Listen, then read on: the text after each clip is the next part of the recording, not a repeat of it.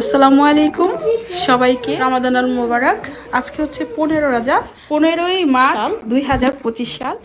আজকে আমরা এসেছি আমাদের ফ্রেন্ডের বাসায়, আবার ওদের বাসায় পার্টি। এই বছর বেশ কতদিন ওদের বাসায় খেলাম, আজকেও ওদের বাসায় আবারও একটা বিগ পার্টি।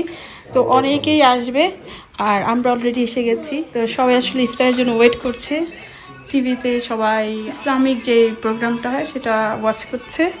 আর এই তো, আর সবাই যখন আসবে তখন তার ভিডিও করতে পারবো না। আমার কাছে সবসময় খাবার পার্টটা অলওয়েজ বেস্ট লাগে, আজকেও লাগছে। আমি তো রোজার সময় এই যে ইফতারের এই জিনিসগুলো খুব এক্সাইটেড থাকি।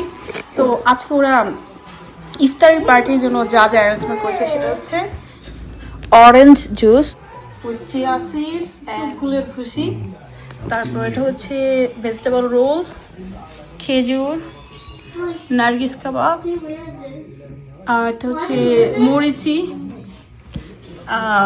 ছোলা কাবাব। এটা এটা কি কাবাব ছিল যেন, জালি কাবাব না, এটা জালি কাবাব। আর এই যে গুটি পেঁয়াজু মুচমুচে করে, জিলাপি, বেগুনি, তরমুজ, হানিডু, আর হচ্ছে পার্সিমন, আর গ্রেপ তো আছে, আর খেজুরও আছে। হ্যাঁ, আনাফ মনে করে দিয়েছে খেজুর। আর এই যে গাইসরা সবাই ওয়েট করছে, সবাই কাপচিত হয়ে গেছে রোজায় নিচে। আচ্ছা, আর ইফতার 1 মিনিট বাকি। তো ঠিক আছে, আমরা ইফতার করার জন্য প্রস্তুত নিয়ে আপনারা দেখতে থাকতে। আজান দিয়ে দিয়েছে। ওই রুমে আমার সময় রাখা আছে। কোন রুমে দিছো তুমি? ওই রুমে রাখছি। এই এখন অসুবিধা নাই। না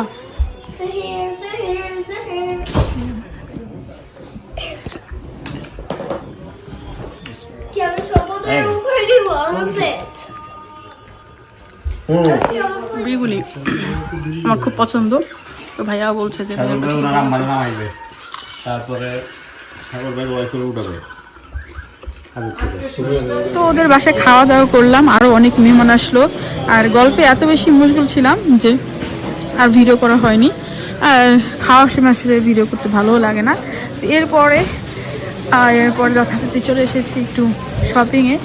বাফলোতে একদম পুরোপুরি বাংলাদেশের মতন ভাইব পাওয়া যায়। দেখেন কি সুন্দর, রাত 11টা বাজেও মানুষ এসছে।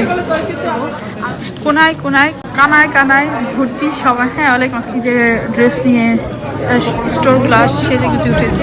আর মানুষও কিন্তু রাত 10টা মানছে না, সবাই শপিংয়ের জন্য এসে। জুয়েলারি দোকান থেকে শুরু করে কি নাই এখানে।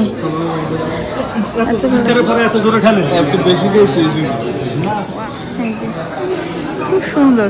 আর আরেকটা জিনিস, সেটা না বললেই নয়, বাংলাদেশ থেকে আমেরিকাতে ড্রেসের দাম আমার মনে হয় অনেক কম। তো যা বলছিলাম, বাংলাদেশের তুলনায় কিন্তু আমেরিকার ড্রেসের দাম তুলনামূলকভাবে অনেক কম। এবং আমরা একদম পাকিস্তানি যেই মাস্টার কপি সেগুলোই কিন্তু পাই, বাংলাদেশে তো রিপ্লিকা চলে যায়। তো যাই হোক, তারপর বাংলাদেশের কাপড় চোপড়ের যে দাম শুনলাম বসুন্ধরায় বা যমুনা ফিচারে যেভাবে দাম প্রাইস থাকায়, সেই তুলনায় আমার মনে হয় এখানে আমরা ভালো আছি এবং ভালো ড্রেস পাচ্ছি। দেখতে এসেছিলাম ড্রেস, হঠাৎ করে এই কানের দুল দেখে চোখ আটকে। এই শপের ওনার, সে বলছে কি এই দুলটার প্রাইস শুনে এক আন্টি নাকি এটার প্রাইস শুনলে নাকি এর আগে আমাদের আগে যে এসছে সে নাকি হার্ট ফেল করেছে।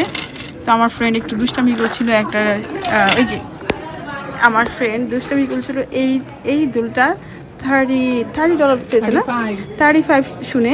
তো উনি আবার এই দুলটা তখন বের করে বলছে যে এইটা যদি দাম শুনেন তাহলে তো পরে আপনি এখানে ফিট হয়ে যাবেন। তো যাই হোক, আসলে দুলটা অনেক সুন্দর, আমার কাছে ভালো লেগেছে। এখানে অনেকগুলো ওদের কালেকশন আছে, ওইটা দেখবো একই রকম। আর এগুলো সবই $40 করে। তারপরে যথারীতি বাসায় এসে পড়েছি। এসে এই যে সুন্দর করে বিট ভাজি করলাম, আর করলাম হচ্ছে মাছ ভুনা, হচ্ছে পাঙ্গাস মাছ দিয়ে টমেটো একটু হালকা করে ঝোল করলাম, একটু যেন ভোরাতে খেতে পারি। একটু টক হলে না, এখন আজকাল খেতে ভালো লাগে। এত সুন্দর মাশাআল্লাহ রান্নার কালার এবং রান্না মাশাআল্লাহ, রান্না খেতে ইচ্ছা করবে। নিজের রান্না নিজে খেয়ে অভিভূত। আসলে রোজার দিনে এত বেশি খাওয়া যায় না। আর এই বছর যেন কি হয়েছে, অল্প একটু ভাত দিলে সেগুলো খেতে খুব কষ্ট হয়। তো আমার বিট ভাজিটা তো খুবই মজার হয়েছে। অনেকে হয়তো বা খাননি বা খেয়েছেন, যারা খেয়েছেন তারা জানেন তাদের টেস্ট কেমন, কিন্তু এই আমার করা ভাজিটা এত মজা হয়, একটু কাঁচামরিচ দিয়ে খেলে তো কথাই নাই, অনেকটা পুঁইশাক ভাজির মতো স্মেল আসে। আর এই সেই আমার পাঙ্গাস মাছ ভুনা।